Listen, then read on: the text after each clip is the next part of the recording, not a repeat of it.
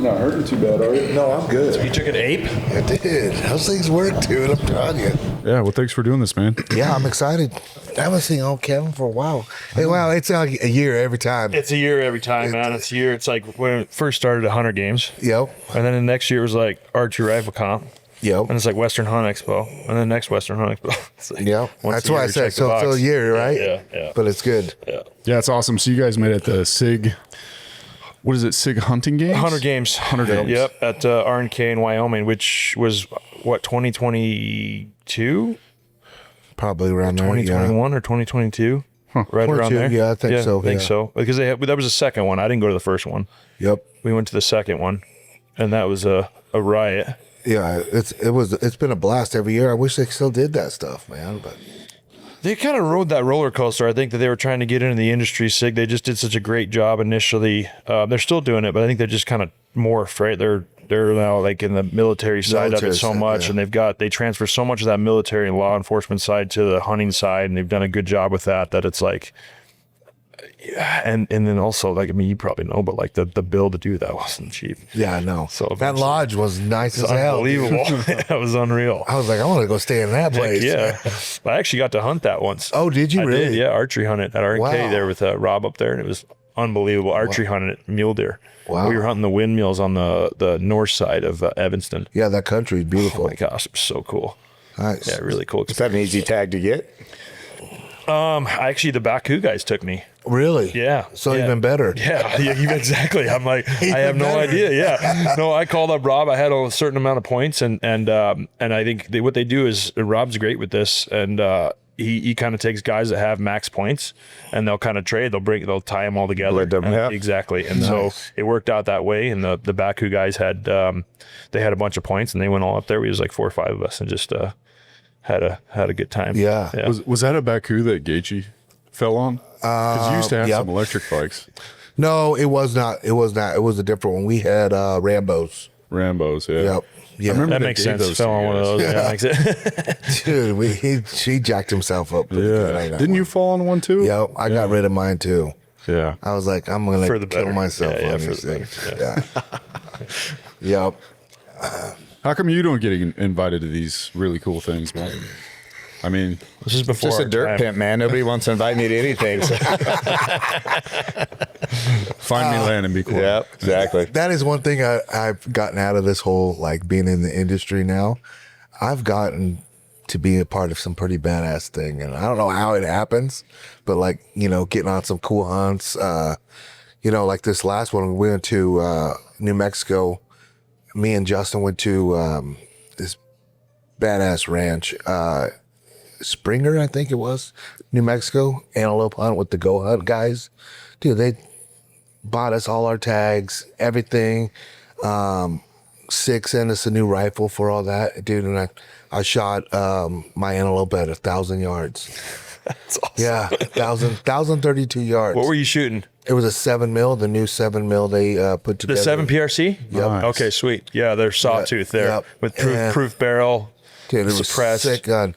And I, you know, when we got to camp that day, we were shooting at rocks at 1,000 yards and just shattering them, right? Yeah. So we're like, oh, this gun's badass. Yeah.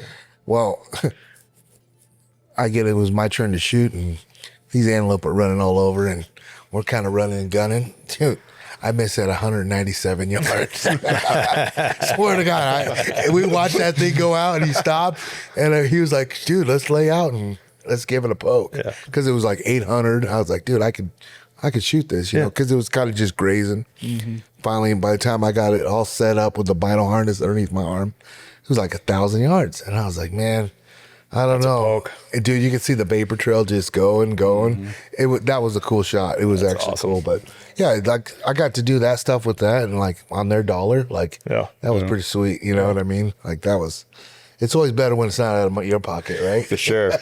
Tastes better and big goats. everything. I was like, yeah, I gotta go hunt. I actually love that story of how you got into hunting. Yeah, it's kind of crazy. Like honestly, you know, growing up as a kid, I always hunted, but like I just wanted to do something after fighting that I wanted to do. Like I didn't know. I mean, after fighting, I was still broke, right? Like I literally I made it to the UFC, and I thought, oh man, I'm gonna have all this money. Yeah, tell Blaine what they were paying you. So my first contract in the UFC, which I thought was gonna be a lot more, but it wasn't. I signed my first fight at $3,000 a show, $3,000 to win. It's crazy, right? How many? Okay, and for like guys listening that don't really know, like Yeah. how many fights are you doing a year, kind of thing? I was trying to fight like at least 2 to 3 times a fight, or 3 times before that, you know. But so the UFC kind of tampers with you, like, you probably fight twice a year, 3 times a year. So you're living off sponsors, man. Yeah. That's it. Like totally living off like endorsements, and because the fight purse was not where it was at. I even got a fight night bonus because I fought like a good fight, and they gave me a bonus 30 days after your fight. It literally was $2,500. Yeah. This is back in the day when they could wear sponsors on their shorts, and they could work with supplement companies and you name it. So that My buddy right here, Drew, he literally was one of my sponsors for a lot of my fights. He ran a HVAC company, and literally, actually, this is no joke. He was actually one of my sponsors that gave me an AR as a gun. I love that. That was a sweet sponsor deal. I was like, yeah. damn, like, he's hooking me with a gun. Hell yeah. And hey, it was good. But yeah, literally, you know, we had to live off our sponsors. But like, you know, nowadays the sports has changed so much. You know, you guys got like Gaethje is that 1%er that's making millions of dollars now.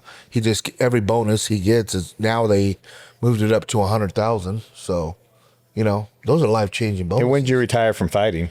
I think it was 2014. And then from then I went right into coaching. Justin, actually. That's when he started coming into the gym and didn't know how to throw a punch or nothing. And it was just kind of crazy how it all worked out. You know what I mean? Like I coached a lot of other guys too, but me and him kind of actually just went through the ranks together. And it was just like, man, he was that one kid that made it, you know? And Did you know right away when you met him? I knew he was going to be really good because he was such a good wrestler. Yeah. And, you know, in this sport, if you are a good wrestler, you're going to make it. You're going to do good. And I knew, like, you know, we were at a striking school, a really good striking school, known for our striking. And Trevor, I knew it was just a matter of time this guy could be really good. But if you would ask me then if he was going to be a champion, no, I would never guess that. Never. I was at Gaethje's first fight. He was dating a girl at UNC who was my girlfriend's best friend. Oh, really? Yeah, yeah. I didn't even and know I that. watched him slam that dude who tried to triangle him onto the mat. Yeah. And then That kid pissed himself. they put him on a board and put him in an ambulance. He never woke up. Yeah. Yeah. It's a real Straight deal. up. It's a real deal. Yeah. Yeah, it's crazy. But This was in a field in like Greeley or Fort Collins or Yeah. something like this, like a baseball Greeley. field. yep. Yeah.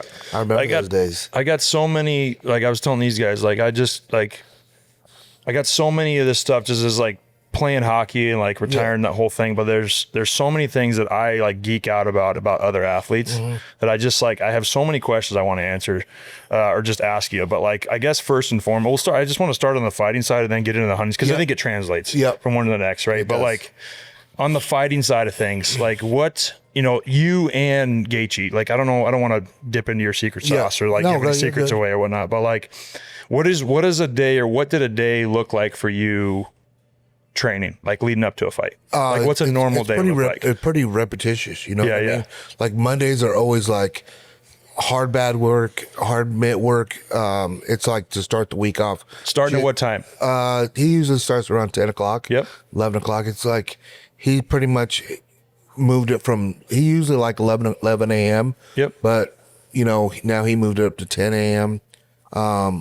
He likes to just get up, have his coffees, pretty Process. yeah. Yep. And, but he does that every morning. It's just, you know, nonstop. Mondays are pretty just bag work, mitt work, and then that's about an hour. Yeah.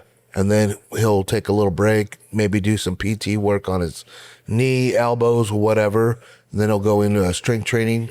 They have coaches come over at around 2:00 and do like strength training with him, and that's usually an hour, 45 minutes. And then he'll sit in the sauna if he wants to. And then right after that, he'll go into like a jujitsu, like a 45-minute to an hour roll. Just either if it's drilling a move or just light rolls. Yeah. And then that's pretty much a Monday. But then like Tuesdays and Fridays are sparring days. And those days are Tuesdays usually a little easier than Fridays. Fridays we try to go a little harder. Yeah. But Tuesdays more like, hey, we're going to work on this. And like he has guys that come in, like we had Faraz come in from Italy to mimic Patty for this last fight. Tall, lanky, and his job was just to mimic Patty pretty much. Okay. So we just drilled a lot of live rounds with him and try to work on different things that obviously worked out great for us during, now that the fight's over with. But like Wednesdays are another just repeated, like hard breaking down the shoulders, legs, and then Thursdays, wrestling days, that's the hardest day of the week, I think, for a lot of these guys because their bodies are tore up. But Wednesday or Thursdays, the wrestling day, it's full wrestling, drilling. And wrestling, that it's just demanding, right? Takes it out of you. Yeah, and so after that, Thursdays he's chilled, and then Friday we start sparring again. And then Saturday's no contact day, but it's like a lot of footwork. Trevor puts us through like just different footwork drills. It's tiring, but it's just more for the. And a bunch of fighters come in for that. Yeah, a lot of UFC guys come in for that. It's good energy. Yeah. That because it gets boring, just me and him and a coach, and mix another it up. training. Yeah. So we invite other guys to come in and lifts the gym up and When more is he energy. running now? What's that? When is he running? He runs all the time on After sparring? Mondays. Yep. After sparring's a lot of like sprint stuff. Yeah. Saturdays he runs on. We usually do Red Rocks up on Saturdays, so it's depending on the weather too. But So on a 7-day week, are you 7 days? yeah, 7 days. 7 You're days, going that all day. Sunday, Sunday he's usually golfing. Yeah. So that's But it's enough. You're an activity. he's You're out. You're activity, moving. yeah. You're moving around the whole thing. Yeah, he's always doing something. Yeah. He used to be crazy too, because back in when I first started working with Justin, like he drove everywhere. He'd drive from, where was he at? Westminster or something? No, Yeah, not Westminster. Lakewood or Arvada to Aurora. Out to Landau. To do a different spot over here and then here and then here. driving. Yep. It's a lot of road time. Yep. Sounds Now we have a familiar. facility that it's all one-stop shop, and I literally love our facility now. Yeah. Saves me from driving everywhere. Everything sparring in the house, everything. Just it's so nice. Everything. What's up? And then for that makes sense schedule wise, like, cause I just personally, right, they'll like transition into like the performance side for yourself included, right? For yourself included. Cause when hockey was hockey for me, it's not, I think there's similarities in UFC, or whatever, but for me, like I wasn't a goon, right? I didn't just fight, but it was definitely part of my job description. And there were times where, man, like even in the summer when I'm thinking about like, man, I got to fight that guy next year. Yeah. I got to fight that guy next year. And then started looking at the list and things like that. But I think it's totally different on your guys' side where you have this fight set up and it's like, what, 4 months? Yeah. 3 months. 3 months? 10 weeks. Yeah. Whatever. And it's like, okay, I'm thinking about that guy. Nonstop. Singular, nonstop. Yep. What was a thing that as a younger guy you did and then transition as you got older that would conquer kind of like that performance anxiety? Like thoughts about it? It was so different. I think if I knew what I knew now, as a young fighter, as when I was competing, I'd have been so much better. I mean, probably the same thing. Like I wish I would have done so many things different, but like when I fought, I literally had to like get in my own head and like be that mean guy. Yeah. Like literally think that I would take myself to dark spots. Like literally dark spots, like what this guy did to my mom. Yeah. Like everything just to get me amped up.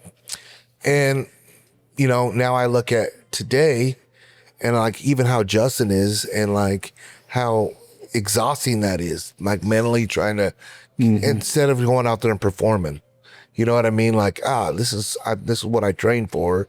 I should just go out there and perform. But instead, I took it as like, this is a fight, and I can't lose this fight. You know, like, you know, fighting it's such a crazy sport. It's like, you know, when you go out there and win, yes, it's the best feeling ever because it's me. Yeah. But when you lose, you're like, damn, I just lost a fight. You know, in front of X many people, and everybody knows, and so everybody depressing. walk by knows. It's so depressing, and you're like, kind of wanting to be seen. You know, dude, it was ridiculous how I took a loss versus a win, and like now, you know, I see Justin and how he prepares for fights, and I'm like, I think back, and I'm like, dude, if I would have just did this like this, I'd still be fighting, I think. No. So detail that a little bit, right? Dive into that for me. Cause like, I feel the same. Like when I was a kid, when I was 25, 26, it was just like, my summers would be, I would train so hard and then I would just destroy myself on Friday and Saturday. And it wasn't because I just drank it, going out and doing a thing, right? 100%. And I absolutely hated it, but it was necessary because it would shut my mind off and then I'd be back out at Monday. And it was so toxic. And so I think bad. back about it, like I would do things so much different. And I now where do you see, sorry, I gotta do better than this. Gotta get in there. I'm gonna get it closer. But like, where do you see, like, how would you do it different? How does Justin do it now that you see he's transitioned? You know, and again, I don't want to give secrets, but I just how is he a different fighter now than when he first started? How does he process those things? Is he more like, I know he's concerned about the win, but like, is he, hey, I just need to make sure that I'm doing my things correctly and being prepared, then the rest will take care of itself. You know, it's crazy because, you know, Justin, when he takes fights, he doesn't want it no less than a 10-week camp, right? Okay. So when I fought, it was literally, I will take a fight in 2 weeks notice, 5 days notice, if we can do it like a catch weight. Why? Because I need the money. So it was like, man, different. It's way different right now. It's still the same though, because that's how guys get into the UFC. You got to take chances, right? You're like, oh, guys get a short notice call. Big opportunity. So, you know, you always had to be training, always be ready. But like how you said about drinking on that, like I would always be like training in the gym. But if I wasn't have a fight schedule, I'd go hang out with my guys and drink and, you know, doing that, which was, you know, dumb if you think about it, because I could have got that call, you know, real fast. So now I see Justin, he doesn't, you know, he'll get calls to save cards all the time. He's like, no. That's 6 weeks. I'm not ready for it at all. And he could probably do it, you know, because he stays in shape. But like, man, when I would take a fight and I would get done from that night of partying, I mean, I would probably take 3 weeks and just drink myself and enjoy my celebration of my fight. Or if I lost, I'd be on a bender, just depressed, like an idiot, right? Instead of going in the gym, getting better. And like now, like I see Justin, you know, he takes a loss, dude. He takes a week off. He's right back at it. He's eating good still. He's back in the gym, right? And you know, and then when he wins, he goes on, plays golf for a while, lets his body heal. But he's always has a chef now that's cooking him all his meals. Like he's never getting out of control with his weight because he knows it's harder to, you know, get off as we get older. You know. But that's just the luxury of it now. Now that he has a checkbook, a fatter bank account, he has the perks to do all this. So everybody's got a crutch, right? Yep. Everybody, whatever it is. What's his crutch now? How's he process it? How do you process things now? Like, where do you, and I'm transitioning here for like, is this part of the hunting thing now? Is it part of the outdoor thing? Is it not a little like bit? Where's he get a release? Exactly. Where's he get his release? Where's he, you know, how does he process things, win or lose? Yeah, he definitely likes his marijuana. There's no joke there. Which he likes it, you know. But like literally, he likes to hunt. 10 times better than going on a bender. Oh, 100%. That's my argument. 100%. Like I cannot tell you guys, like I'm like, you know, alcohol is way worse than it's a poison. Yeah, it's way worse. But like he, you know, he goes out, sees his family in Arizona, But golf is his outlet. There you Like go. he loves to golf. Obviously if it's hunting season, he comes with me and we go do stuff, but like he loves golf. That's his outlet. Now you ask me what I like. I just done 10-week camp with you. Yeah. I don't want to see you for a while. I don't. I really don't. That's fair. I see him when I see my wife, you know. Yeah. So I'm like, I want to go hang out with my family, Yeah. my kids. I want to do like this. I want to do this kind of stuff. Yeah. Like, I love coming to these expos and seeing the guys like yourself, meeting guys that I've never met, and just have like-minded conversations, you know. Yeah. And you never know what happens. Like last night, I was like, did I plan on going to a basketball game? No. Was it fun? Yeah, I had a great time. And then, you know, one thing led to another, and I woke up feeling like, oh God, I did drink too much last night. But it's just been fun. You know, my outlet is hunting, obviously. Yeah. But, you know, Justin is all golf. Yeah. And, you know, when he can go all over the country, and now it's funny because, you know, how they say, you know, the rich guys, the guys that have money can afford stuff. Well, now they get all the free stuff too. That's weird. It's how it totally all works. backwards. Yeah. It's totally backwards. It's so all weird. the people who can afford it Yep. all get the free stuff. Yeah. So he it's gets all strange. this like luxury to go play on these celebrity golf courses and Yeah. and that costs so much money if I went, right? Yeah. Mm-hmm. And he's all like, dude, they're just, some of them pay him Yeah. to Yeah. show up now. And I'm like, He's got a lady that calls. yeah. And I'm like, what? How did this happen? Right? You know How what would you I mean? like to host Justin Gaethje? Yeah, exactly. And I'm like, dude, Well, you guys put the time in. yeah. It's cool. Well, you laid the foundation too, right? Guys Yeah. like you early on, right? We're the Gaethje pioneers, yeah, yeah. but I mean, so there's some pride in that too, You know, right? it's funny because I always give him shit like, man, did you see what Oliveira did to his coaches? You know, like bought him all new cars and shit like this, you know? Yeah, And he's like, yeah. And I'm like, did you see what they did for Christmas? Did you see what Poirier did? So all his opponents, right? And he's just talking shit. He looks at me, right? Over when he fought, what was it, 300? He got beat by Max. I think he came back and he had a jewelry guy come over to the house and they set him up with all kinds of stuff. And he goes, which one you like? I said, dude, that one right there. Rock that at the press conference. Yeah. Dude, that one's sick. And and it was like 40 grand watch. And then he had a chain, everything. And I was like looking at it, putting it on, like, man, my ass is never getting one of these, right? Dude, after he lost that night, he's all, the press were drinking beer there. The guy, we had a knock on the door, and the guy comes back in and he gifted me one of these Rolex. This Rolex. The one you're wearing right now? It's literally Win, awesome. win or lose. He's like, hey, I got to take care of my boys. Yeah, he does. Awesome. And, he's generally just been a great friend, but obviously, that he hasn't changed one bit Yeah. since the day I met him. Yeah. You know what I mean? Like, he's been that guy. Money hasn't changed. Which is him. rare. Yeah. Which is rare, Yeah. man. Like, And it's hard because, you get a lot of people coming from all kinds of directions, For sure. that want to, like, when you're in the limelight, you get all these Everybody's people. pulling on you. Yep. Everybody. And, it's just funny. I love it that he hasn't changed. And I say this all the time. It's the way he was raised. Yeah. Cause his mom and dad are awesome. Yeah. But yeah, it's literally, been a awesome time coaching him, whether it's in the training room, but like outside of that, we go on trips. We've done the games together. Like, we just have all kinds of fun shit. I just do fun stuff with him now. It's awesome. It's the perks of the job, I Heck guess. yeah. The one thing you get from being around Trevor and Gaethje is a world-class attitude. Yeah. I think that's what you were alluding to earlier, too, is like the things that you wish you knew when you were younger. Yeah.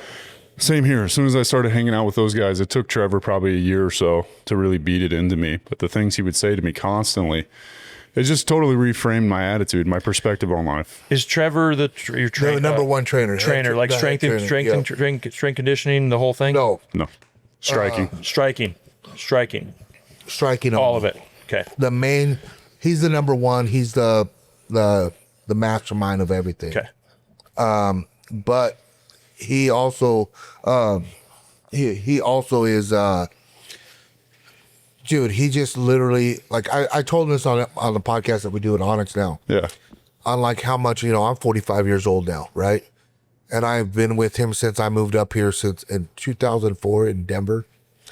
I've been with him from day one, right? Yeah. From my career, he's coached me, gave me a job at his gym and everything. And then I've been with him with Justin, there was a big breakup at the gym. A lot of guys left his gym and I stayed right with him. And it was because he's done so much for me at a point in my life that I don't forget, right? Yeah. I'm a loyal goot. I'm a loyal dude. But like Trevor has taught me so much in life. Like I'm a better husband. I'm a better father.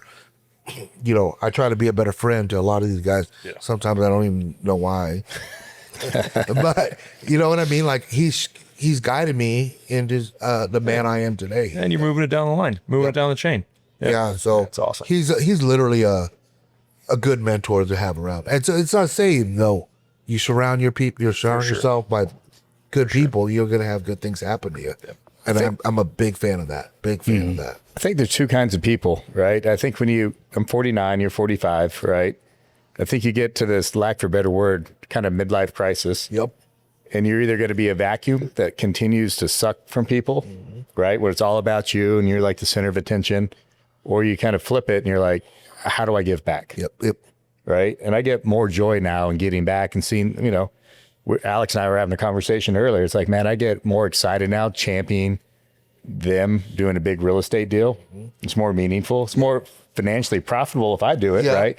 But I get equally as excited. It's just like another feather in the cap, right? And it sounds very similar, just in that kind of, I think this age of how to give back, whether it's in the hunting community or whatever it is, Well, and that's why I say, like, you're giving something knowledge to somebody else and like, oh man, look at him go. You know what I mean? Yeah. If we listen, that's the thing. That's the thing. If you're coachable. Yep. But I only surround myself with people now that are coachable. Yep. Like I've had to go through that. Like I like a lot of guys. I've had to cut a lot of guys. And this is like, we have a tremendous team now. Like guys at high level have potential just to kill it. And I don't like managing, but I like managing high level people. I mean, laying in bed, I got a phone call from one of my fighters. I got to pick and choose like who I work with now, right? Because time is money and time is, Kids you don't and get, family. You're going to run out of money. You're going to run out of time before you run out of money. Exactly. A lot of times too, right? Like I got to pick and choose like my battles, like I'm gone for this way for my family. So that's time away from them. So I started picking them and doing a couple fighters now. And he was like, hey, we got to fight in Atlantic City. And I'm going, oh God, I don't want to do it. Day before my wife's birthday. You know what I mean? Like it's just what I started doing. So, but I also get to choose those fighters. So is he worth it? Yes. But I put myself in that situation where I'm like not, at the gym every night now working with a bunch of fighters because I need the money. Yep. I literally have set myself up, and granted, Justin's helped out a lot, but now I get to pick and choose like who I work with and, where my time goes. Yeah. You know, but at the end of the day, it's all about how much do you want to put in forth, like I love sharing the knowledge that I have. And maybe like you probably going on the hockey court, you see some young guys, you're like, hey man, try this. And it's I get so much satisfying. joy. It's Truly. satisfying. Like I really do. Like I'm not involved as much as I probably should be just because where I live and whatnot. But like those ages, honestly, for me, the young ages between 5 and 11 is like my most fun. Yep. Because the kids just soak it in. Yep. And I love that. Yeah. And I love to hear you talk about that, and I could just kind of echo what Blaine was talking about. That is just being one of those guys that is now underneath Blaine, right, and learning so much from that, but also just sharing stuff with your clients as well. I think you're very like forthcoming, right, and you're very honest with them, and I think people see that who you're around and why they're around you. There's a reason. Yeah, 100%. Yeah, there's a reason. There's 100% to that. It isn't because, it's like that saying, if you're gonna want to be a millionaire, rub yourself against a millionaire, right? Yeah. Like I surround myself, guys, around successful people all the time. Like if you would have ever thought where I'm at today to as a kid. Yeah. Oh my gosh, no way. You know what I mean? I've literally surrounded myself with the right people. And when I was in the bad person, you look at my circle, yeah, I was hanging out with guys 100%. Up to no good. Yeah. And I changed that in my life. And so I honestly agree with that 100%. It's like you have good people around you is because look in the mirror. Yep. You're a good person. Yeah. Yeah, no matter what stage of life you're 100%. in, you can always reach back and help Yep. the next person come up. I just think for me, I was probably more, I had a chip on my shoulder, something to prove, rough upbringing. I kind of resonated what you're saying right there. Like, and, you know, whether even in hunting, I'll tell you, I'll get vulnerable here, like being honest, right? Authentic. You know, this is a few years ago, like I'd hit some financial goals, right? I was competing in CrossFit at a very high level. And I was just about to finish the Super Slam in North America. Oh, wow. Dude, I was depressed. Oh, really? Yeah. It kind of, I don't know if it's depression, but I hit like a lull. My wife even identified it. She goes, every time you get close, we just had this conversation, to reaching like a milestone goal, Yep. like I feel empty. Really? Yeah. I'm like, cause I'm on that hamster wheel. You're going and going and going. And I finally started changing, you know, a year or two ago to where, because there's this pressure I put on myself, do more, do better. Right. Yeah. You know, the company did X. Well, now it's got to do Y. Okay. And let's face it, you're getting older, right? In CrossFit, it became an idol to me. I was doing 2 or 3 wads a day, competing, doing that stuff. I took away from my family. I took away from, you know, I'm a little rough around the edges, but very strong in my faith. Took away from that, right? It became an idol. And it was just I just kept moving idols. It was either I needed to work, my identity was in this, I needed to be the best, or, you know, CrossFit or hunting or whatever else. And dude, once I finally got comfortable with who I am and like, you know what, being content, like enough is enough. Yep. That's when the transition in my mind slowly started to occur. It's like there wasn't like this condemnation, like I was good enough. You know what I mean? And that was just a big turning point in my life, my relationship with God, friends, family, Company. Yeah, our culture is awesome. Yeah. Like we have and that's rare. I was joking around for a bunch of dirt pimps. You know what I mean? It's true though, right? Like it's everybody kind of like, it's a family, and I'm really proud of like, not just the brand, but more about the people who are here and who, looking back at where I came from. Yeah. Never in a million years would I be thinking I'd sitting right here doing a podcast with everybody, right? And I know, I pinch myself all the time, right? Yeah. But, you know, going back to what you said, you're 49er, right? Yeah. These gray hairs. You earned them, brother. It's wisdom, bro. It's wisdom. It's lessons, you know? It's wisdom. We learn in our experiences, right? Yeah. Like we have to literally sometimes hit rock bottom or have that falling out with your family or whatever to pick yourself back up, to learn what's really important. Yeah. Right. You know, I think that's what my biggest flex is, my family. You know what I mean? Yep. I'm proud to say that is like, oh, look at my kids. You know, when I take them somewhere, people are like, dude, your kids are so well mannered. Like to me, that's my flex. Right? That's the feather in the cap right there. Yep. You know what I mean? It isn't like, you know, yes, do I get train, travel, do all this stuff with, you know, some of the best people in the game? Yeah, that's awesome. But when I started putting my family first, my kids, that was when everything started even just getting better. The domino effect, you know? That's what I was just about to say. Like you think you need to hold on over here to these other like mindsets and, you know, whatnot, but life got better once you make that kind of turning point in your life, right? Yeah, everything just gets better. And it's funny how that worked because, like, I'm a big manifester. Like, I vision myself in, you know, a bigger house, more acreage and everything. Like, I just want everything. There's not enough hours in the day for me. Really is not. I manifest so much, like money. I take bands of, you get thousands of dollars. I got them all over, and I move that up to like 5,000, 10,000. And I literally see it because, this world isn't about money, but money literally makes you do all kinds of fun shit. Yeah. Right. You gotta have money. I want my wife to work less. So I want to make that money to give it to her. But that money's less. It's more of a reflection of your hard work, Yep. your dedication, Yep. the goals and sacrifices you've made to get there. Yeah, and your Ultimately, purpose. it is, right? Yeah, So yes, absolutely. on the wall, it looks like $1,000 Yep. bill, but like Yep. there's a whole lot more to that. Yeah, exactly. It's like now I get to take my kids, or my kids are 10 and 5. As a 10 and 5-year-old, dude, my only vacation as a kid was going to wrestling camps, baseball camps, or whatever. My dad did. God bless him for doing all that stuff. But we hardly did any vacations. Now I look back and I'm like, you know what? I want to take my kids to Mexico. Yeah. I want to give that memory to them because now I can, right? And to me, that is what I wake up to look for now, is how do I give back? Because I'm a big fan of karma too. I've given and given, and I'm like, man, when is it going to be my turn? Well, I stop and I think, I'm like, You're there, dude. I get it every day. I get it all the time, and that's just my brain working like an idiot, Everybody's like that. Yeah, It is but what it is. yeah, I'm a big fan of karma. I love to give because it always comes back to me. And it's not why I do it, just the way it works. Yeah. It's crazy, but I don't know. It's been a wild ride. I love it. I love where my life is at right now. I really do. It's crazy. Awesome. We were talking at breakfast this morning, like, tomorrow's not promised, right? We're just going to do what we got to do, right? And I'm like, you know what, Drew, if I'm not ready to die at all, but if I happen to die, I want you guys to be like, dude, at 45 years, this guy lived a life.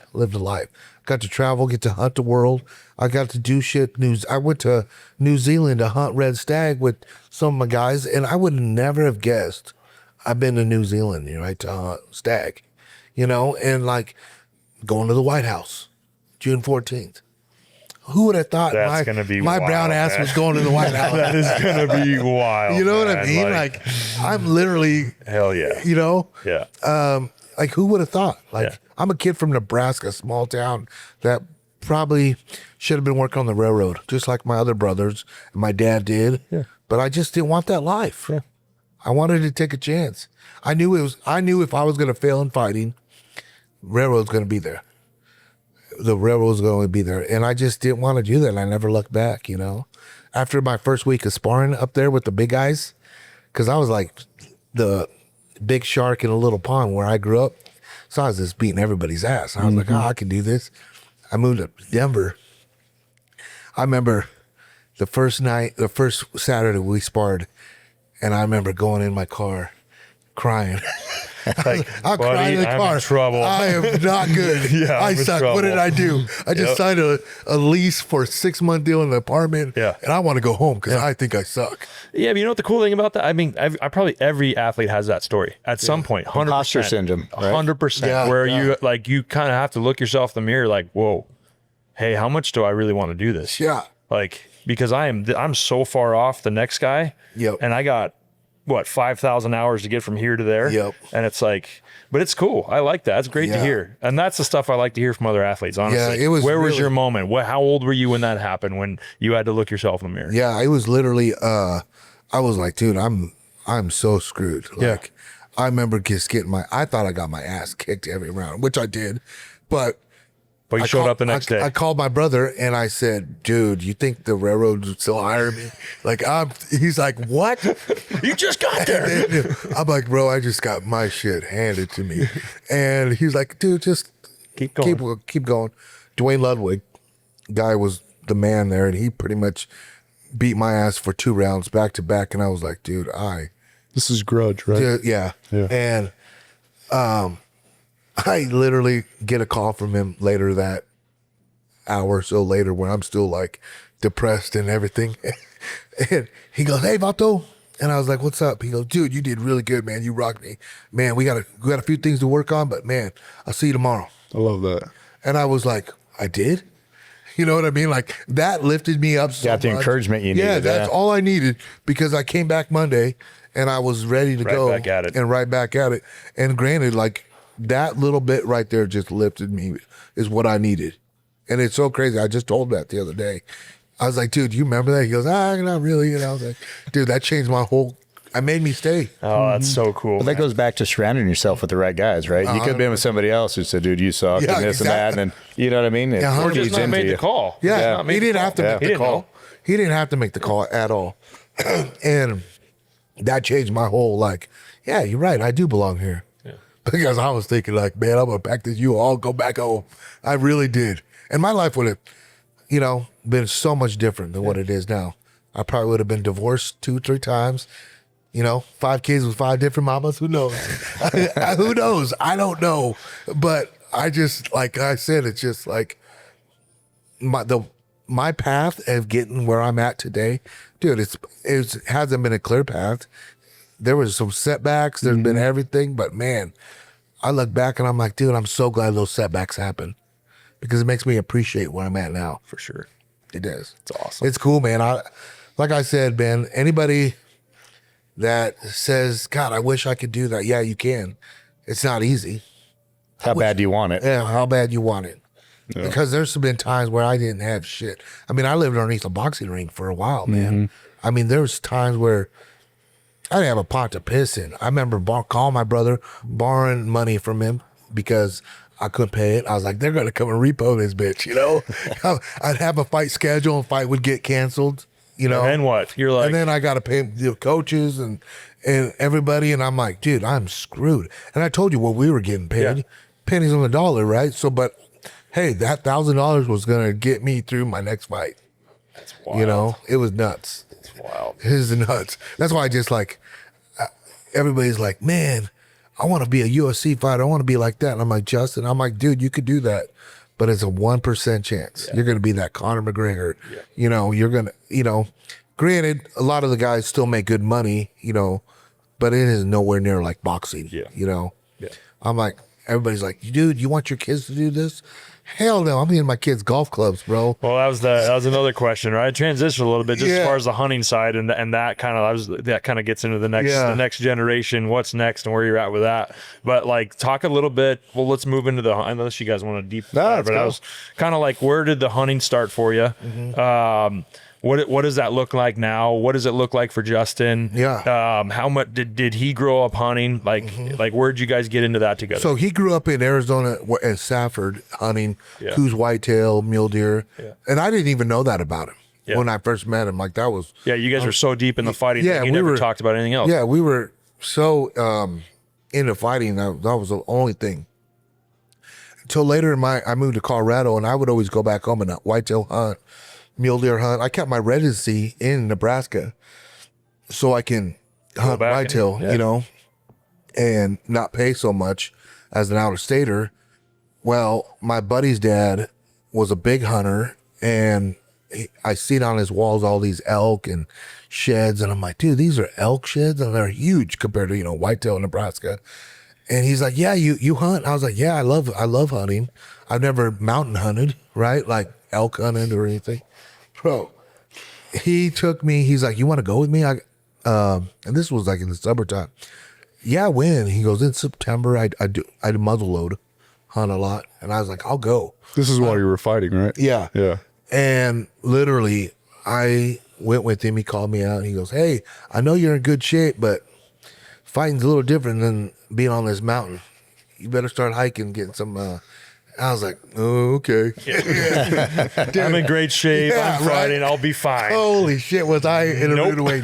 Day 5, right? We go out there and he finally gets one. Dude, my legs are just trashed.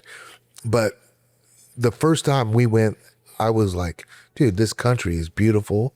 Never seen it before in my life. And that morning when I heard my first bugle, dude, I was fucking hooked. I changed my residency to Colorado because I was like, I got to hunt this now, you know? And ever since then, that's when I was hooked. Is like that first bugle. And, you know, dude, it's so fun, but so fucking hard, right? Like, and, I imagine there's a part of you that it's so fun because it is so hard. yeah, that's why I like bow hunting. I love Exactly. archery hunting. Same. I hate it, but love it. You know what I mean? Well, and that's kind of what I was talking earlier about as far as your crutch, right? Yeah. Or what you're like, what kind of motivates you on Yeah. that side. Like I'm in the same boat. Like I love bow hunting, but there's been 1,000 times where I just wanted to throw my bow out. Oh, yeah. Like, can we just toss this thing? It's like, this is ridiculous. But then that one day where you get it, it's like, you love it because it's so hard. Yeah, it's literally, Alex came with me this September, and he called me when, I don't know, he didn't draw anything. He's like, dude, I'll go with you September. You any hunts? And I said, I'm going up to Gypsy Creek. And this guy, he runs an outfitting business, and he goes, dude, I'll give you a tag. I'll let you hunt elk at my place.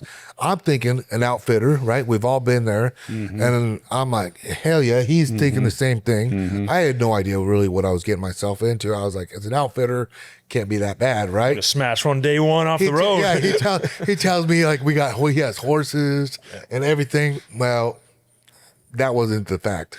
It was real hunting. Like we literally had to put boots on the ground. We literally had buggies to get to our spot. We had access to a great place, but it's BML land. Like we were on a ranch. Anybody could have hunted. I'm like, oh, I got weaseled into this, but it was such a good time. Like we've had so many experiences. I shot at a bear that, with the rifle, that I should have killed, but lost it. It was like the encounters, like, with carrying my bow around and getting into them, dude, that's the rush I love. And that's what I miss about fighting. It's not the same, but it's my high now. You know what I mean? Like I know that's my exactly what addiction. you're talking about. We also had 100%. good company too. Yeah. That, to me, I'm like literally one of those guys that I love camaraderie. I love being in a hunting camp or whatever. Like my buddy Drew, he goes sometimes and just kills bulls all the time. And he has so many stories with it, but he's like, he has to do all the work by himself. He's fucked. And he calls me. So like, when he calls in September, you're like, nope, I ain't answering it. Reading that call. It's just literally, he does it. He loves that suck, right? Yeah. But he also does it, right? Yeah. And it's kind of a give and take. Like when he goes by himself and does it, he's successful, right? When we go, sometimes we have too much fun at campfire, camping, and we don't get up and hunt in the morning. So it's just like, oh, it's a double-sided blade. We get up. We're just a little slower. Right? Yeah. But I love the part where when it does come together, the celebration, the high fives, like that part, the pictures. Yeah. To me, that's where it's at, the camaraderie. Even when, we didn't get shit in September, right?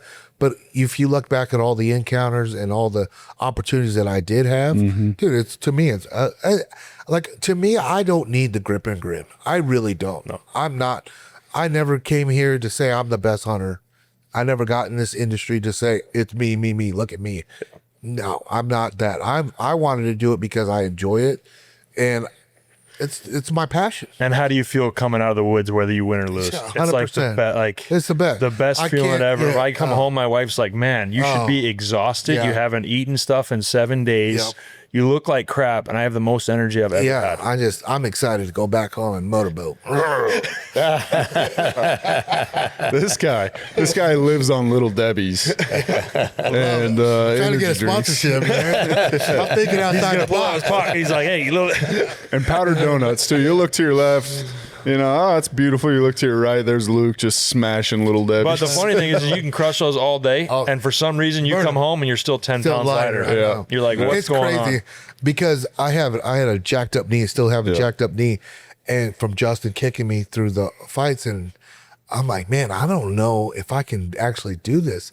I thought we were going to be on horseback and stuff, but we did it, man. And I will say, having that person next to you to keep pushing, because it's depressing once you're not getting in the animals and you're like, dude, you ride the what wave. the hell am I doing? Yeah, dude? But you got guys around you that want you to get the animal too. 100%. That's huge. That's a really good thing too, because like this guy, he didn't have a tag, and I'm dragging him through the fucking mountains, and I'm looking at him. I'm like, I'm sorry, dude. I had no idea this was gonna be like this. On a bum knee too.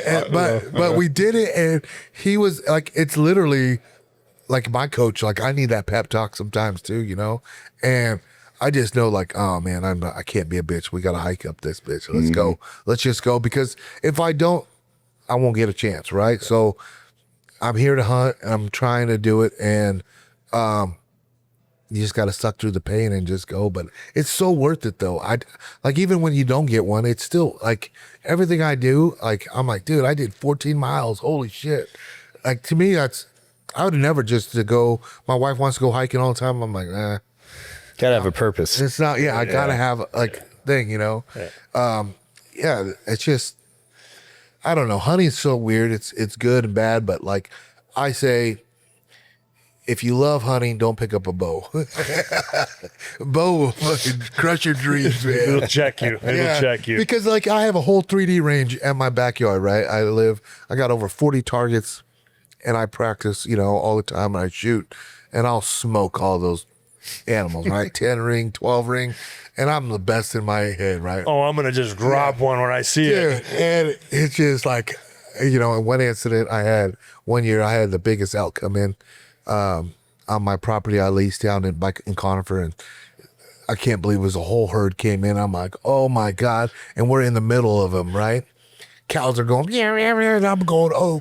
And then finally this bull, huge 7x7. And he gives me a pretty good window, like that size of window, a shot. And he finally goes broadside. My buddy's with me, and he goes, it's right there, shoot. He's like, 44 yards. I'm like this. I draw back. Dude, I'm shaking so bad. I am shaking so bad. And I'm literally like, just, and I'm like, I let down. He goes, what the hell are you doing? I'm like, I got no shot. He goes, bullshit. So I draw back in. I'm like, come on, get your shit together. I'm thinking at my range, right? I have a big elk right there. Yeah. And I'm like, it's like practice. I come back, pull back again. I'm like, oh, I can't, my sight's just going everywhere. Yeah. And he's like, just shoot. And I'm like, dude, I let down. And he goes, what the hell are you doing? I said, bro, I cannot settle my pin. Yeah. And I didn't want to take a bad shot. Good on you, man. And there's like, a lot of people who would have. I know. It was literally September 9th or 10th. Yeah. It was still early in September. I'm like, no, dude, I got the rest of the month. I want to get a better shot, you know? Never saw that bull again. Never saw an elk the rest of the month, I don't think. Dude, but I just literally shit the bed on that one. But that experience. Yeah. Oh, dude, that's why I do it. I've found also like you've fought in front of thousands of people. Mm-hmm. You've had that, like, there's nothing like adrenaline wise that compared to your people, like there's nothing like that. It's like, wait a second. Yeah. Yes, there is. It's a way different feeling. Yes, there is, man. And it's a high, like where we walk out like this last fight with Patty, dude, the hairs that come up on the back of your head when the curtain opens and you see the cameras and all the people screaming.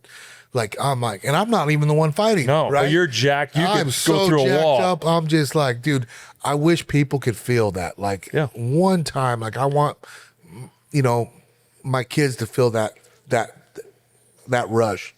But would you say bow hunting is the closest thing that you like that? What I was just telling you, that is my oh man, that is why I do it. It's the exact same for me. It is exactly what. That's the only thing I found. I mean, literally, that's the only thing I've ever found. Transients in that, right? Because like you're saying, you talk about your family a lot. You talk about your kids wanting to feel that, right? How old are your kids? Like, my daughter's 10 and my son is 6. Do they hunt? Are they gonna hunt? Oh, yeah. You want to get them into that? Like, where are they at in that journey? My son he thinks I said hunting expo, right? He's like, yeah, I want to go with you. You know what I mean? Yeah. Like, and he wants to do it. My daughter, I just found out I'm gonna probably book her a New Mexico hunt. She can hunt at 10 in New Mexico. Montana too. Oh, really? Yeah. I did not know that. See, I'm so like, I'm in it, but I'm not in it. You know what I mean? Like, I don't know everything about the hunting world, but I just love it. And like, I want to take my kids out and do it. You know, I can't wait. 12 years old, usually, you know, in Colorado, Nebraska. But now there's opportunities they can come and do it. I just was like, oh, I'm getting my daughter in it, you know. Man, I'd highly encourage you to do that because, like, I've been in the hunting world pretty hard for a long time, right? And kind of that same thing. You see guys who it's all about them. They're killing the biggest stuff. And I always say this, guys who are highly successful, whether it's in business, whether it's in fighting or whatever it is, right? Like, something got sacrificed. Yep. Right. A lot of times it's these kids. Yeah. And so these adults, they end up having all these accolades and these awards. but their kids want nothing to do with it. Like nothing, right? Because they have a negative 100%. Like, oh, dad missed my, you know, my championship game to go hunting or whatever it was, right? And, you know, like it's right now my kids are 16 and 18. Yeah. And I hunted a lot. Like God bless my wife, right? She like a lot. Yeah. And luckily it worked out just with work and everything else and kind of parlayed it in there. But I was very intentional about getting my kids out, like taking them down to Florida to go shoot hogs or something like that.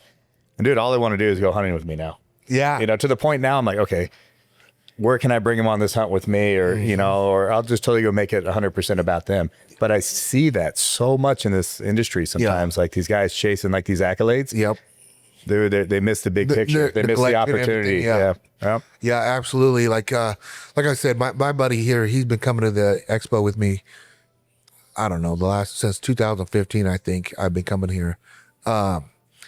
He's a perfect example. He literally loves to kill big shit. He does. But now that he has sons that are at the age, dude, His days are over, man. Yeah, he puts them all the limelight. I'm like, where's yours at? He goes, shit, man, you know what it's about. Well, it's a short season. They're gone, dude. It goes by so quick. Yeah. And I get so happy for him because he sends me these pictures of whether it's a deer or duck, geese, whatever. He's doing that. And I'm like, dude, that's what a dad should do, honestly. At least introduce it to them. Yeah. Give them the opportunity. Yeah. You know, my dad was a pheasant hunter. He did it. He wasn't really big into it. Took me out a couple of times, but my cousin Jerry, and we know Jerry, he's the one that got me into it. Like I wanted to do it. So my dad set me up with him and like, hey, go with your cousin Jerry. He's the one that has the land and he'll teach you everything about big game hunting deer. Dude, I shot my first deer with him and I've been hooked ever since as a 12-year-old. Yep. Is when I got my hunter's safety. And, you know, it literally was the game changer for me. It's awesome. Yeah. Yeah. When did you get your sons into it? Right at 12? No, early. Before Early, that. 'Cause I think that's I get frustrated with these Western states. Yeah. Right. You know, I grew up in the South. I grew up in Florida.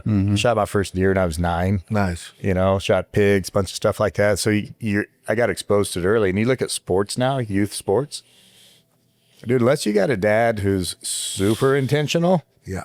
and I hate to say this, but like probably has some money to be able to Yeah, get him out. you gotta have it. There's not the opportunities for him. And then, you know, the sports are so competitive now versus when we were kids. Yeah. Like Yeah, you're doing you lose one them. So sport. you're not getting that hunter, you know what I mean, recruitment.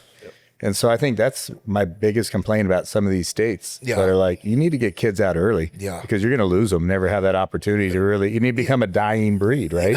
My daughter's a perfect example of it. Like, she wants to play soccer and then she wants to go to a competitive team. And I'm like, and I'm looking at the schedule. Year round. I'm like, whoa. Coach when was are we like, gonna hey, do this? why are you not here in July, And I'm in like- November? I'm like, the soccer's over. No, And then it's they not. burn out and they get out of it later. Yeah, it's. And then you're it's like, in oh, well, every you missed sport those now. opportunities. Yeah, it's like in my every son, he wants to wrestle, and I'm like, okay, wrestle, you know. And they're like, hey, we're gonna do this. You know, they do wrestling all year long, and I'm like, dude, I don't want my son to do that yet. They're like, why? You don't want him to be? I'm like, look, and I'm gonna tell you, I don't want him to get burnt out. I bought a camper to take my kids camping all summer long. Yeah. I'm not doing this yet. When they get to a certain age, I'll let them do it, you know. But I want them to be kids right now, you know, and I want them to take them hunting and do stuff. But, you know, it's a fine line. It right? is. It's a fine line. Well, and a lot of people don't understand, like, because people ask me that a lot. Is like, hey, you're gonna get your kids in hockey, or you're gonna like. Well, it's become such a, even at like 6, 7, 8 years old, it's 365 days a year. Yeah. That's not good for the kids. I don't care who you are. It really isn't. It's not just burnout, but like injury. Yeah. I just think, you know, playing sports, yes. Get them in sports, get them in activities. But mix it up. But yeah, let them pick what they want. Yeah. Like everybody's like, oh, I bet you can't wait to have your kids do it. No, I want them to learn it to be able to defend themselves and do all this. Yeah. But I want them to pick. Like my daughter does theater. You think I ever have done theater in my life? We'd love to see that. And we would love to see it. I literally, there's nothing that I get choked up watching her perform. Awesome. You know what I mean? Because that's what she does, right? And like, lucky that I've had such a good parents to let me choose. Let me choose what I wanted to do. You know, like the fighting deal. Like they didn't like it, but they let me do it anyways. And now that I have kids, I was like, man, I'm sorry, parent. I'm sorry, mom and dad. I put you through a lot of shit. You know, it was crazy. But now that, you know, I let the kids pick what they want to do. They want to play soccer, play soccer. I was never a soccer guy, but they love it, so I let them play, you know. That's cool. But they will hunt. I promise you that. Just because it's to know that you can do it, and let alone put food on the table the way it's supposed to be done, right? I think it's just a good trade, a good way of life to teach your kids, honestly. I mean, they don't have to do it all the time like me, but I want them to know how to do it. You know, if shit ever hit the fan, I want them to know that they can go out capable. back and get it. Yeah, they were capable to do it, you know? Well, and you talk about, you know, just I wish I could have everybody experience what it's like to open that curtain, right? But the reality is like Not the gonna chances happen, are, right? Like really realistically, you never know, right? Yeah. But then you have the feeling of the archery hunt maybe. Yeah. Which Exactly. is pretty damn close. Yeah, which is very doable. Yeah, very doable. You just got to guide them, you know? Yeah. And to me, that's why I think I love, you know, archery hunting so much. It's because it's that process. You got to get in so much closer.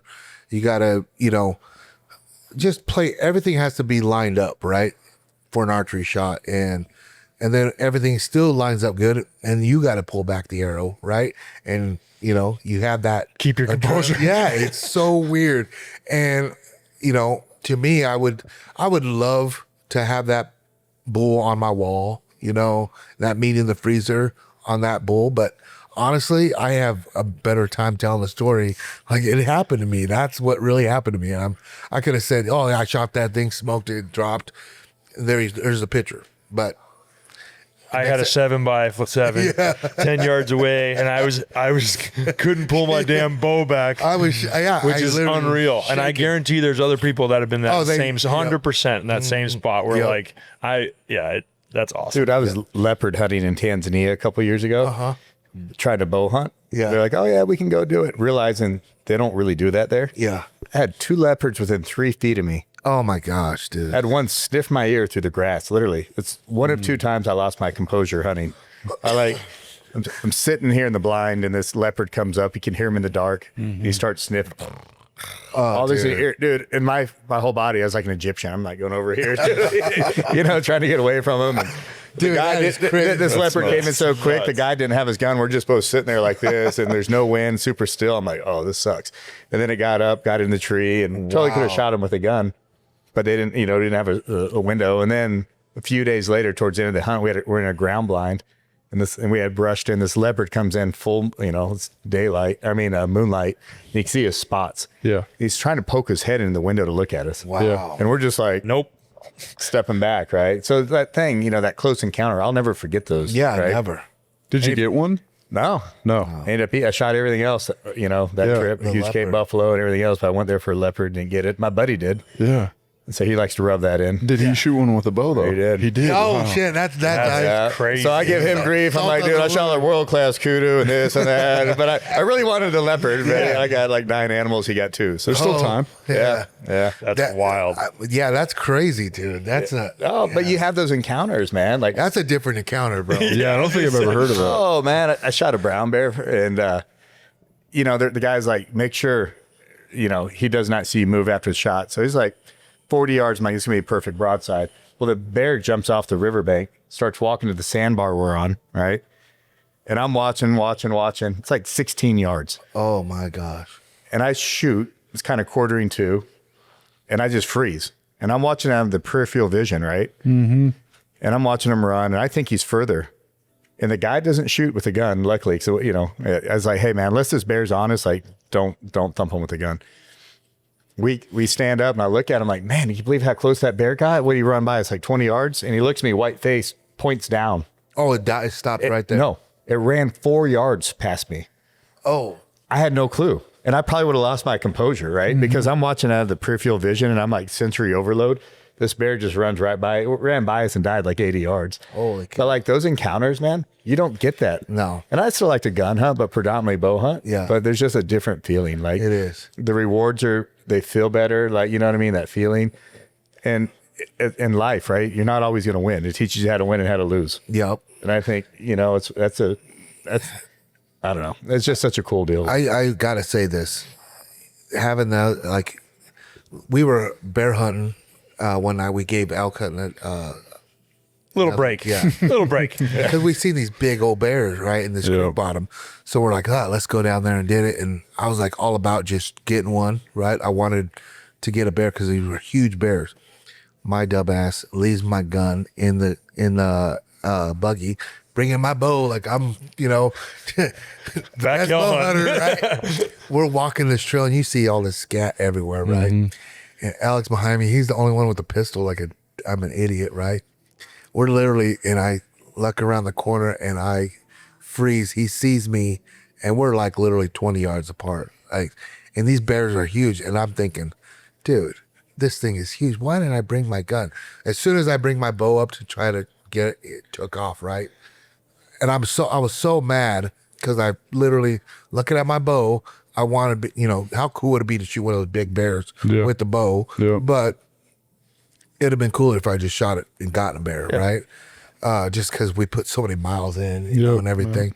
But I was thinking back, I was like, dude, what was I thinking bringing my bow down here? Like, Yeah, that was pretty wild. And then like for a black bear or a brown bear, dude. You got balls, bro. Big balls. Because, like, realistically, the way I felt with that elk, I was like, dude, that's an elk. Oh, I was just thinking the same thing, man. And I'm like, a leopard? Like, yeah. Well, imagine a bear. A bear at 16 yards, you said brown bear. That bear could close ran by us. Well, he did. Yeah. He ran could by close us that at 4 yards. like that. Yeah. I might have wild. just been like, shoot. Somebody else shoot, please. Dude, we'd had all kinds of encounters like that. I That's shot a crazy. polar bear, did the same thing, ran up the rocks. Holy cow, you have done some hunting. I've done some hunting, man. And that bear came and started taking a couple steps towards us. Yeah. And then started wobbling. I luckily I heart shot him and turned around and ran the other way and died about 60 yards. No kidding. But, you remember that stuff, Fucking man. polar bear, huh? Damn. Yeah, we have a whole nother podcast on hunting, brother. Hey, you want to adopt me? We're gonna go down this wanna rabbit adopt hole, me? buddy. Like it's Holy a cow. rabbit hole. I think I'll that's come sit on your podcast. We'll talk hunting, brother. Yeah, You come and sit on mine because you're right there in Colorado, definitely. Yeah. Holy cow, that's Yeah. nuts. That's what we all said. You want to adopt me? Turns out he's got two beautiful, perfect sons. He's like, nah, I'm good. Yeah. Already got it. Already got it. Bodyguard? Might need that. Bodyguard, I'm in, baby. Justin's retired. I'm available. Alex is trying to buy for that in Tajikistan in October. Holy shit. Yeah, That's yeah. awesome. Yeah. Well, good for you then, man, because that's something to be freaking, That's another level. yeah, that's another level, man. Holy cow, what is your But it's all the same, though, right? I mean, like, I want to it's see still your that taxidermy feeling. wall. Yeah, Yeah, come on up, yes, man. you do. I want to see that. That's you do. I love a good game room, man. I really do. I know people are like, it's a trophy wall, and people are like, it's for the animals. I love it because a memory. I know there's a story behind 100%. everything behind that because I've hunted myself, right? I know there's a story behind every one of those trophies. But you know the favorite thing in my trophy room? I saw this guy take this picture, M-Pics, the metal photos. I have well over 100 of them. Oh, I bet. And I've got him, from photographs when I was 16, shooting my first bow. My dad's in a pink shirt in Florida, and I got this red flannel shirt on, you know what I mean? And I'm like, that's priceless to Jeans. me, man. Yeah. And then I've got my kids on there. So I've got decades That's of awesome. hunting photos, and you can see the evolution of gear and the, your fitness or whatever else, right? I closed on this property. That's why we went over here. That was a good year. Yes, boy. sir. Yes, sir. That's awesome. But dude. That to is me, really the cool. photos, that wall, Yeah. it's to me that's priceless. Yep. It is. But right along with that, right? Because the pictures are basically, the pictures probably mean more because you can think back to that moment. But I think a lot of people, there's a lot of people who have trophy rooms for the wrong reason. Yep. But the majority of people have them for the right reason. Because like you said, every single one of them is a story, Yep. a memory. You instantly go back. There's not one you probably look on the wall and you're like, what was that again? No, you know. Well, dude, Brings you to a moment. I never thought I'd wanted to really finish the Super Slam because it's the 29 species, right? And the polar bear, you can't import it. So our buddy Brad actually has my polar bear up No in Canada. kidding. Yeah. And Oh, that's right. I remember seeing a photo of my great grandfather. He was down in Durango area, had a flannel shirt on, 30-30 with a black bear. I'm like, dude, I want that photo. Yeah. I don't care about the rug. You know what I mean? And to me, that I started thinking about that, and it gave me a whole nother perspective on hunting and just going out there for the experience, and it doesn't really matter. So I got a lot of stuff I haven't even brought home, but I got the photos, right? Yeah, absolutely. And I think that's why, like, you know, Alex can kind of testify. I mean, when I picked up a camera, you know, and he's really good at what he does, right? He's good at that. And like when he came on that hunt and I look back at those pictures that he took, like, They're awesome. dude, they're so badass, right? And that, I love taking pictures now because it's the only thing that freezes time. Takes you right to that moment. Takes me back to that thing because, you know, time is everything, right? There's not enough time. It doesn't stop for nobody. But a picture, no matter if it's a hunt or, you know, a childhood memory, like that picture brings me back to that spot. And I love taking pictures now for that whole reason. That's awesome. Yeah, when we met, you had just started Gladiators Unleashed. And I remember you had the hat on, and you had a tripod, and you would set up a camera and kind of film what Gaethje and Trevor were doing at Genesis. Yep. And what got you into that? Like, what was the pivot into that? Like, I'm going to start a YouTube channel. I was gonna do a whole series on the Sportsman channel, right? Like I was gonna buy a time slot, gonna do all that. And then I started thinking, I'm like, this shit is gonna fucking be a job. so expensive. Yeah. And like, it's not fun anymore. Like I did it, like capturing, you know, the kill shot and everything. I'm like, dude, this is not fun anymore, right? Because I would take cameramen out and you'd have to charge them, they'd have to pay them for editing. And I was like, dude, this is way not what I wanted, right? There was no money in it, right? I knew that it was going to cost. I can relate to that. You know how expensive everything is hunting. And so then I was like, man, I want to learn how to do this. Like cut the cost down. I can start doing it, filming stuff, editing. And that is why I started doing it. Like I would go to the gym, start just taking content and just bringing it back and dissecting it, try to get good, looking at YouTube, calling buddies and be like, how do I do this? You know, just doing it myself, you know. Yeah, but what I will say that was probably the best thing about it was me picking up a DSLR camera, because it wasn't just for hunting and that part, but now that I have kids, I have a wife, I can take pictures of them, like really good ones, versus, you know, like your disposable camera. But like that, and like now when we go on trips, like fighting trips, I know how to take a good picture. And that's, to me, that shit is priceless to me, you know? Like, you know, being in the White House, I wonder if I can take my camera. Like, why can't I can do stuff like that. You know what I mean? Like, that, to me, I think that's the best thing I've ever done is picking up a camera, learn how to work it. I'm still nowhere like good, like some of these guys, because I see like some of these guys' IG and I'm like, damn, I just bought the best camera there is out there, and now their picture's still like way better. But you know, it's just crazy. But I do enjoy taking photography and that. But like, it just got to a point where it was so expensive, you know, hiring all these guys, and I was like, dude, this ain't even fun anymore. Yeah, it's like you have the dream of like, all right, I'm with these high level athletes. They like to hunt. I want them to experience what we experience in a fight, outside of a fight. And the camera is just a tool, right? YouTube's just a tool. And once you dig into it and you start planting your feet and you're like, I'm going to do this thing, you find out like, man, this is so much more work, so much more expensive, all the equipment. Excuse me. And it just, it totally changes it. Yeah. I will say this, the coolest thing about having YouTube now, I just lost my dad last March, right? And I would have done anything to put my dad on the podcast and have that, right? I really wish. So now, every time I get pissed off at YouTube and we're filming or whatever, or, you know, we do all these YouTube things for the fight, I'm so glad, because now my kids will have that. Because one day I'm going to be God, right? Yeah. And, you know, they can go back and like listen to how dumbass their dad was, right? Like, God, dad was out of control sometimes.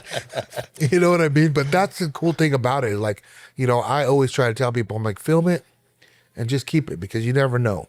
Who was the first guy you took out? Probably Justin. Yeah. It was probably Justin.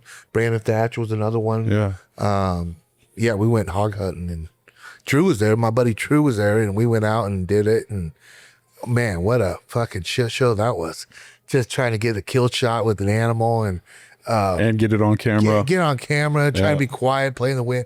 Like it was such a learning experience. I mean, look how hard hunting is. Yeah. It's hard by enough, yourself, man. And then you hard bring enough. having a guy that doesn't really know hunting Yeah. that comes out and do it. That's like, this guy was the best filmer. Whatever. Yeah, but did he hunt? You find out later on. No, he never hunted in his life. Right, yeah. I'm like, what are you doing wearing bright orange and And we got to go up that mountain. You gonna be all right? Yeah, you're gonna carry all this stuff. Yeah. No, That's everywhere too, man. I've seen that in golf. Yeah. I've seen it in fighting. Kids never train. They don't golf. It's like, what are you doing working for this company then? I got offered to do what's that? Century, the golf thing that Justin played with the celebrities. Oh yeah. Fan duel? I don't know what it was, but Like a golf simulator. no, it was the real golf where all the celebrities, Stephen Curry. yeah. Oh yeah, In Tahoe, yeah, right? Yeah. Justin's like, dude, you want to be my caddy? I'll pay you $5,000, whatever. And I was like, hell yeah, I'll go and do that. And then I started thinking, he's like, hey, take a look What's the yardage?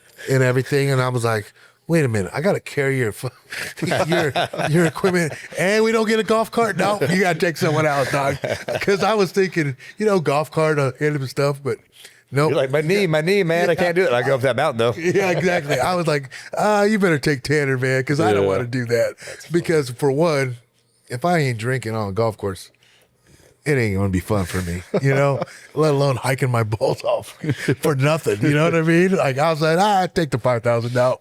Go ahead. I'll go watch you and hang out. But yeah, it's just fun. I don't know. I literally just want to say that if you get opportunities, take them.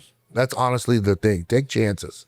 You know what I mean? That's what I've done my whole life is take opportunities. And sometimes I'm scratching my head. I'm like, how did I get myself in here? This guy took a chance, and it's not always been awesome things, but man, I don't know. I make some bad decisions sometimes, but they make great stories. And they got you to where you are now. Yep. Well, you miss 100% of the shots you don't take. 100%, Right? I love that. 100%. Man. Yeah, I literally, I've always taken chances in everything I do. Like, being a coach on some of these guys, like, man, I was never a world champion, a UFC champion, but I know what it was like to fight. So I just take what I know and kind of, give back in that way.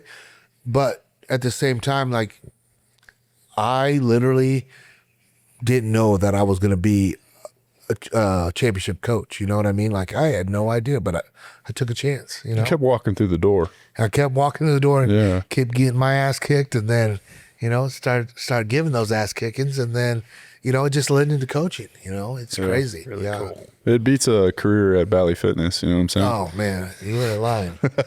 You are not lying. It was funny you said Bally Fitness, right?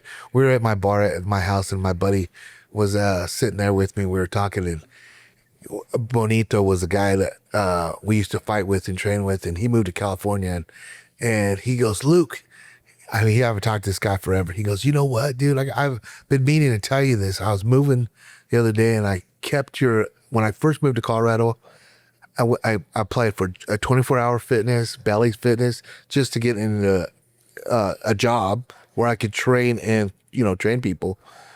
And he goes, I kept your application. I said, what? He goes, you remember Bally's Fit? I was like, yeah, I know. You guys didn't give me the job. And he goes, yeah, but I kept your application because he knew who I was. I was just getting in the fight game. Literally, it says, what are your activities that you do? And he goes, I put Ultimate Fighting Championships. And that was such a new thing. And he goes, what are your assets? And I said, I teach people how to beat people up. Did you frame that? Did you frame that, dude? He's literally kept it. He goes, Frame dude. He goes, I'm going to give that back to you because 100%. You have literally wrote it down of what you were going to be and what Yeah. you're going to do. And look at you. And I said, yeah, I sure could have used that job though back then. Hey, scan that thing, sign it, give him the scanned copy, Hell and yeah. take the original. I know. That's a Yeah. wall hanger. I never knew I did that, honestly. Yeah. But also something to show your kids. Yeah, too, looking man. back That's- though, I'm like, well, no wonder I didn't get the job. Nobody wants to have fighters coming in the job. Why did he keep that? I don't know, because he knew who I was. Yeah. And he knew that I was going to be a good fighter. He goes, I kept it because the UFC was just barely starting, which it was. And he said, you know, he went to Grudge and Tease with me. He goes, dude, that kid's going to be a good fighter. I was like, if you thought that, why didn't you give me a job, dude? And he goes, that wasn't my call, you know, it was corporate. But I was like, he goes, and I kept it and I kept it. And then once I saw you make it to the UFC, I just made sure I kept it, and I've been wanting to give it to you. And I was like, dude, that is cool. I was That's like, crazy. because I really I'm going to be a UFC Ultimate Fighting Champion. It's awesome. Yeah, so weird, right? I know. I was like, damn. Speak it into existence, right? Yeah, cool. that's it. Honestly, I had no other job, no other option, I guess, but to make it. Yeah. That's awesome. I love it. I'm not a construction worker, bud. No. I'm not that Mexican. You know what I mean? I am not that one. Yes, sir. But yeah, You know what I was thinking about real quick? what's that? Is you guys always talk about what it's like when they pull the curtain back and you walk out. Yeah. I walked out with Brandon Royval when he fought Pantoja for the belt. Yeah. You know what it was like walking up on that bear? Because I hung back. I was like, we're close. I know they're in here. We've seen them. We've been up on that ridge. We've seen Big Bear in here, and they're tolerating each other. So they're close by. There's walnuts everywhere. So I'm going to hang back so they don't pick up a third scent. And seeing you react to just walking up on that bear was, you know what that felt like when fight-wise? Yeah. Is being in the tunnel. When you walk out of the dressing room and you're just standing there, Yep. and what's her face is just counting down, Yep. talking to you. All right, 5, 4, 3, and you walk. Yep. And before you get to the curtain, that's what that was like, because it was quiet. Yep. Yeah, but not quiet. You can hear everything. Anticipation. Yeah. It's loud in the arena, and it's like everything's vibrating. Yeah. But it's quiet. It was a weird feeling. It is. And that's why I love, you know, I do love carrying that bow because of that feeling, you know. But it would have been cool if I had a gun, though, at that point. I knew I was the only one with a gun, too, so I was all electrified walking around there. I'm like, I guess I'm going to have to choke this bear out. It's not only that. We came back like a week or so later, and another group of hunters missed a bear, but we thought she hit it. We were told, you know, so we went down to help her. We were on our way back up to camp, ran into them, turned around, came back to help them find the bear. And as we're looking for the bear, maybe 10, 20 yards away, we bump one. It's dark. It's raining. Yikes. All you have is your headlamp. And right away, I racked mine. I hear Luke rack his. And it's right, real close. And you could just hear it go pop, pop, pop, pop. After that encounter, when we got down there, I racked one right away. I wasn't going to 100%, check dude. with it around. Yeah. I was like, you know, because there was so many, you know, trees. I didn't want to misfire, shoot something. So I was like, I'm not going to rack one yet. You know, it's a black bear. But a pissed off black bear is a Big different story. difference. Yeah. Injured or wounded. It's not a black brown bear, but goddamn. Still, man. It's a bear's a bear. Yeah. They were big black bear. Yeah, they were big. Biggest black bear I've seen in Colorado. For sure. Yeah. For sure. And that's a different rush too, man. Like literally it's funny because when I had a home in Denver, and we kind of lived in the ghetto area, our first flip house, me and my wife, when it was a tri-level, it had an ADT security system in it. The front door goes off and goes, front door, right? And I get up right away. I grab my pistol, has a red light on it, you know. I rack it. I'm down there yelling. I'm like, who's in my house? I'm gonna shoot you, blah, blah. But this red light is going like this. I was like, oh, what? And I'm trying to There's a pattern here with the elk. There's a pattern. Like, exactly. And I'm like, what is going on? Dude, that is when I got rid of that pistol. I got a shotgun in my house, my home defense. I was like, dude, what am I going to do? I can't control this. Guy's going to be able to walk right up the stairs. I'm like, you can't shoot him. I'm throwing the goddamn gun. I'm just going down there and start fighting him, you know? Yep. But yeah, that was another thing. I was like, man, I got to learn how to shoot a pistol. I got to learn how to do all this because like that, a drone is something different. Oh, yeah. Man. It's such a different experience. I mean, I could only imagine like, you know, a leopard, a bear, you know what I mean? Like, whew. Well, that was good, guys. That was awesome. This was awesome. Yeah, I appreciate the Heck time yeah, man. and getting me in. I really do. Yeah. Good. Thanks for doing this, man. You guys got to come and get on mine. I like to hear some of Yeah, your we'll do it, stories, man. It'll be for fun. Sure. Yeah. Yeah, it'd be fun. Blaine has hunting stories for days. I'm just realizing that. I'm like, damn, we just become best friends or what? my bodyguard, right? Yeah, there we go. That's it. Yeah.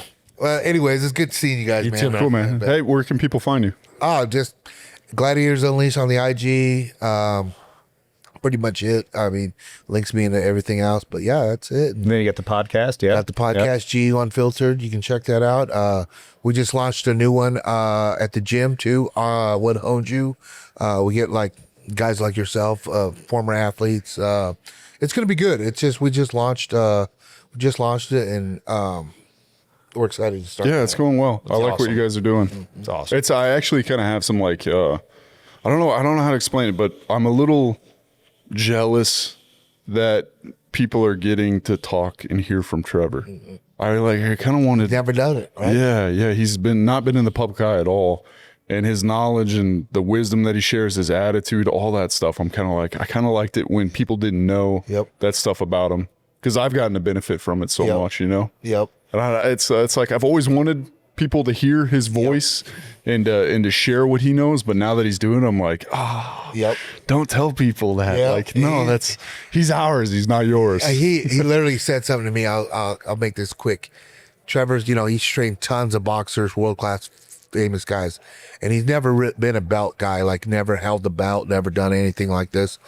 But that night after he won that fight, he literally didn't take that belt off his shoulder. And I was like, what is going on? Never goes to parties, never done any of it. He partied with us all night long. And I was like, what's up with you? Like, you got cancer or something? What the fuck's going on? You're not telling us something? Yeah. And he's like, no. He goes, I'm, 50 years old now. And I know that I don't know how many I will hold of these again, because my time's running out. Like, it's, it's a crapshoot, you know? For sure. And he's like, so I'm enjoying this one. Hell yeah.